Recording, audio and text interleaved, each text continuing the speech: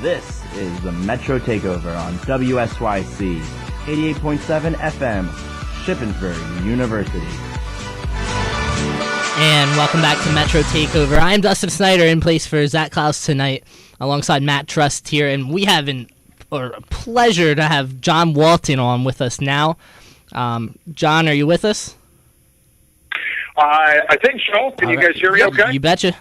It's a pleasure having you on. I just want to take the time to say thank you and to Matt for having me on tonight. It's much pleasure. Oh, happy to be here, guys. All right, John. So for those that don't know, you are the radio play-by-play voice of the Washington Capitals, your fourth season with the Capitals, and you received the call-up after many years with the Hershey Bears of the American Hockey League. So first question for you, this being your fourth season in the NHL, do you still pinch yourself every now and then going, wow, I'm in the NHL as a radio play-by-play voice? I think there's some element of that never really goes away, and I hope that that's always the case. I was just thinking as this season comes to an end, were it not for a lockout-shortened season, I would have been somewhere north of 300 games in the regular season and in the NHL. But I also have had a chance to, before last year, we had 3 playoff series in 2 years, and managed to call 3 Game 7s already, one of which went extremely well in Boston in 2012. A couple against the New York Rangers that didn't go very well, but a chance to get back to the postseason now, and given what the Capitals have been able to do this season, and even up to last night with their win that they had at home against Boston, it's been a wild ride. It's been a lot of fun, and I'm truly fortunate. This is what I always wanted to do, and I'm pretty lucky that I get to do it every night. Going off of that wild ride, it's been a real revitalization period in Washington right now through the Capitals. Barry Trotz coming in this year after parting ways with Adam Oates and general manager George McPhee. Could you talk about how Barry Trotz has really revitalized this team and the impact he's had on the Washington Capitals? Well, Barry Trotz has done a lot more than just win hockey games, and I think that's probably what a lot of people in Washington have come to realize over the last few months, but maybe not as much outside of D.C. He's just a good guy, and not just someone who can go in and, the Capitals have won 45 games. And yes, Alex Ovechkin is playing a terrific brand of hockey at both ends of the ice, and he scored 52 goals, but to me, it's not about the X's and O's nearly so much as it is the way that he treats people. And to be able to have, and I'll tell you guys a story, I was right before Christmas time. I had gone to my office in Washington, and there was a form on my desk for the father's trip. And in my time in Washington, any time that the dad's trip had come around, it was an event that was held for players. And I thought, honestly, that the form had come to be by mistake. And our traveling guy came to me and said, "No, Barry said if you're on the plane and you're on the full-time staff that travels, he said you're part of the team just like anybody else." And the long story short, my father, who hadn't been to Southern California in somewhere in the vicinity of 50 years, found himself with the other dads on the team, and he was in Los Angeles and he was in Anaheim. And I got to spend 5 days with him. I don't remember the last time that I had gotten to spend 5 days consecutively just hanging with my dad and me. And it was just a wonderful trip. And it was all because Barry Trotz said, look, this is the way that we're going to do things around here. We're a family. Whether you're an equipment guy, you're a broadcaster, or you play right wing, you guys are a team. And to have somebody do that, that's a memory for me that, for all the great memories that I had in Hershey, and I've got a ton, that was one of my favorite memories of all time, to be able to have on a trip my father watching me do what I do. We all make a lot of sacrifices to do the job that we love, but to be able to share that with my dad was really special. That's fantastic. And I think looking back at the weeks leading up to the NHL Winter Classic, you had the E-Picks Road to the NHL Winter Classic 24/7 going on, and as a fan, you really got an inside track on the life of Barry Trotz and just how great of a man he is away from hockey. Yeah, and the Winter Classic too was another one of those family times. I think for fans who have followed this team to be able to celebrate in our 40th season, to be able to have a game like that, and obviously winning it the way that we did, I mean, that was not something that you can script out. But I think for all of us around the organization to be able to have my families there. My dad was at that game. My brother was in from Ohio. My kids were there. It was truly, it was special. I really, really enjoyed the family aspect of it. And I think that's something that's really, been different, honestly. I mean, culturally, Barry Trotz and Brian McClellan both have said, it was, there was a culture change that needed to happen here. It wasn't a lack of talent with the Washington Capitals. It was about rolling the right direction. And to be able to be a part of the organization at a time that, honestly, this has been a period of great change, but it's been good change. And, to be where this team is on the eve of the playoffs now, we're looking for the best is yet to come, we hope, maybe in a couple of months, but certainly excited to get started next week. Yeah, fantastic. We are also very excited for the NHL Stanley Cup playoffs. So now we're interested in hearing, what you think of the Capitals and their state going into the Stanley Cup playoffs. Do you think they are in an area right now, a state where they have potential to really compete and make a solid run for a Stanley Cup? I think that they do. I think that a lot of teams probably would say that at this point. If you look around, especially the Eastern Conference, there are probably 8 teams. And at the time that we're talking, probably 9 with the Ottawa Senators that still believe that they have a chance. And if they get in, that's the thing.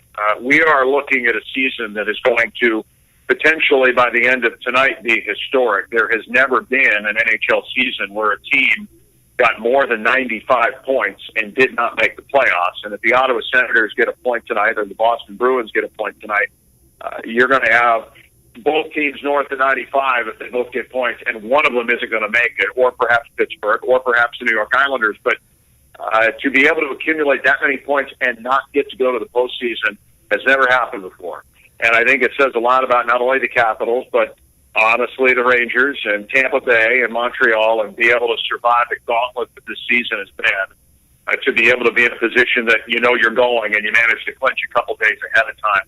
That's a big accomplishment for the Washington Capitals, and it's a big accomplishment for the Tampa Bay Lightning. And, tonight we may have a couple more teams that get to join the party. If you've made the top 8, I don't care if you're the 8th team. If you are in the Eastern Conference playoff picture next week, you have a chance to win a Stanley Cup. I don't think there's any doubt about it. I think this has been a wonderfully fun year, and to be able to look at the teams around and the cases that they all have their strengths and they all have their weaknesses. But to me, Washington's obvious strengths are Braden Holtby, Alex Ovechkin, and what he's been able to do.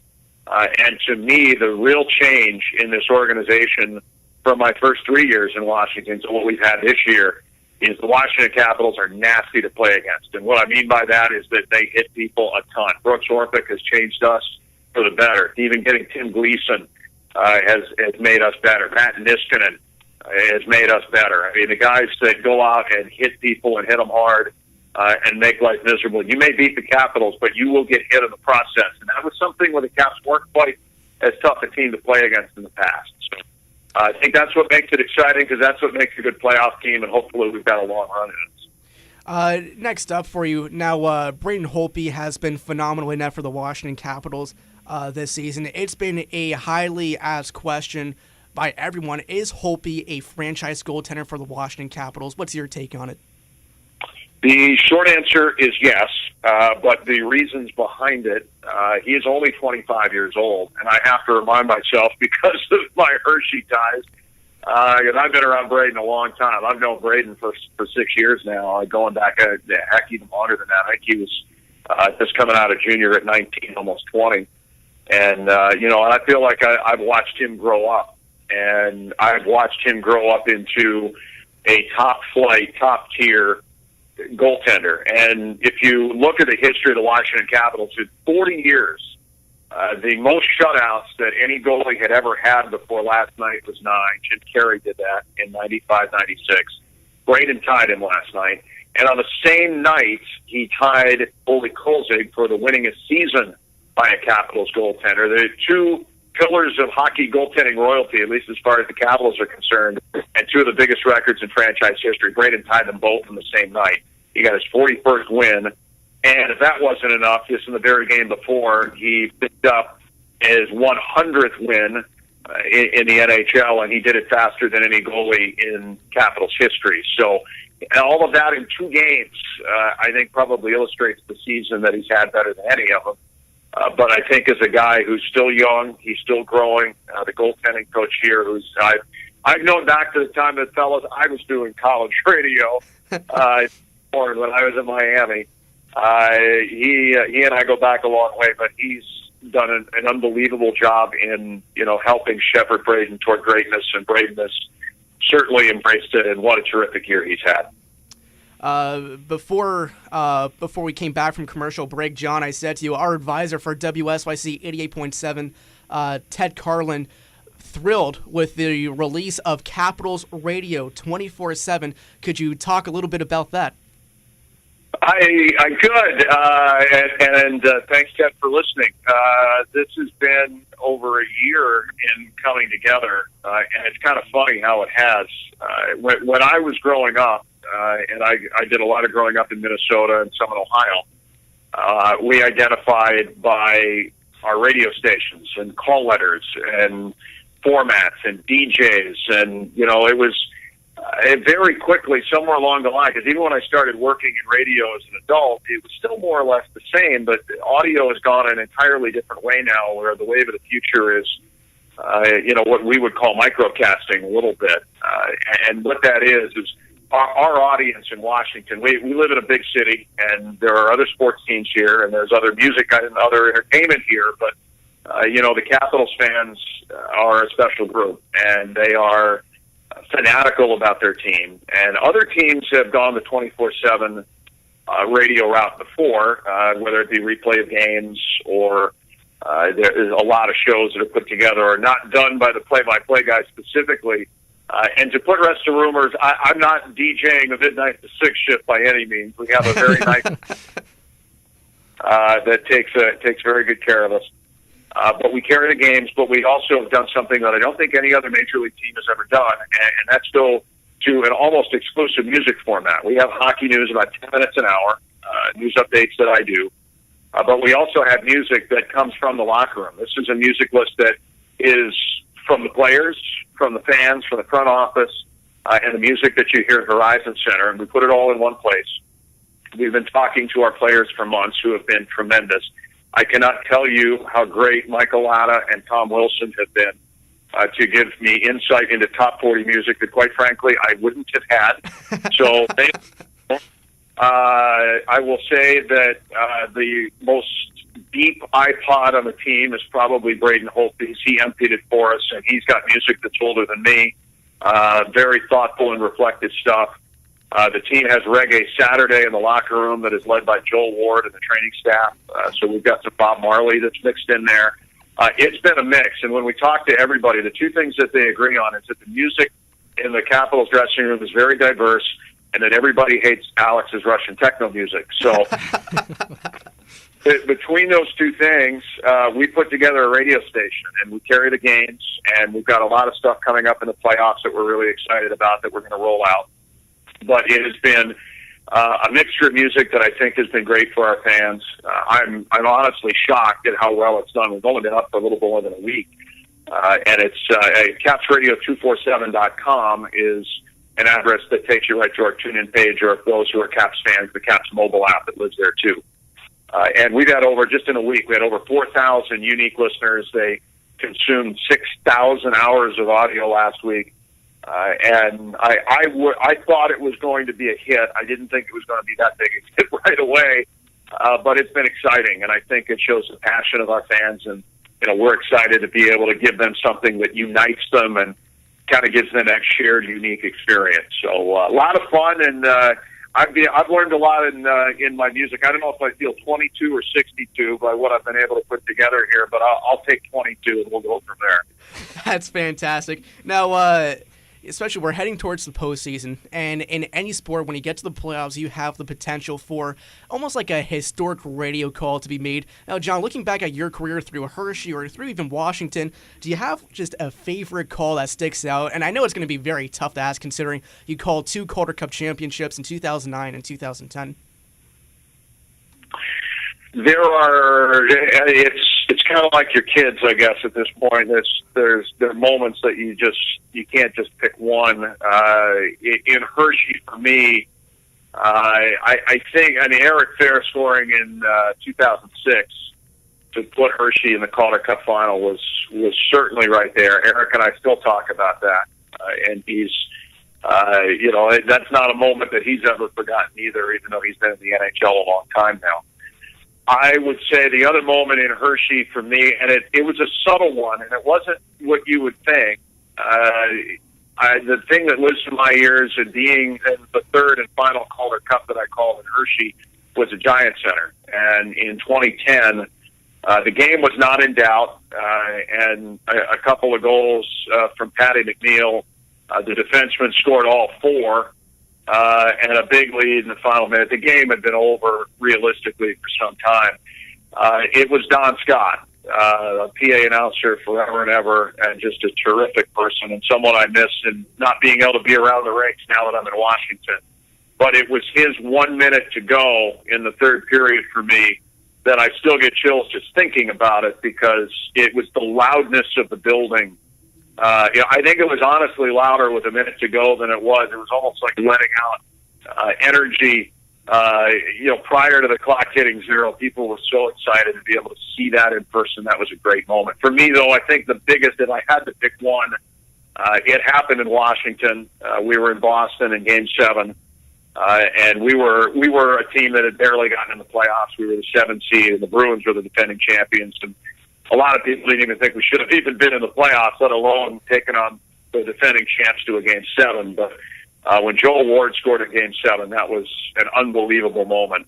I've never seen anything quite like that on the road, and it kind of drove home for me where I was, being in the NHL and getting to call a Game 7 and call a winner at that in my very first playoff series. That was pretty special, too. So there have been a bunch.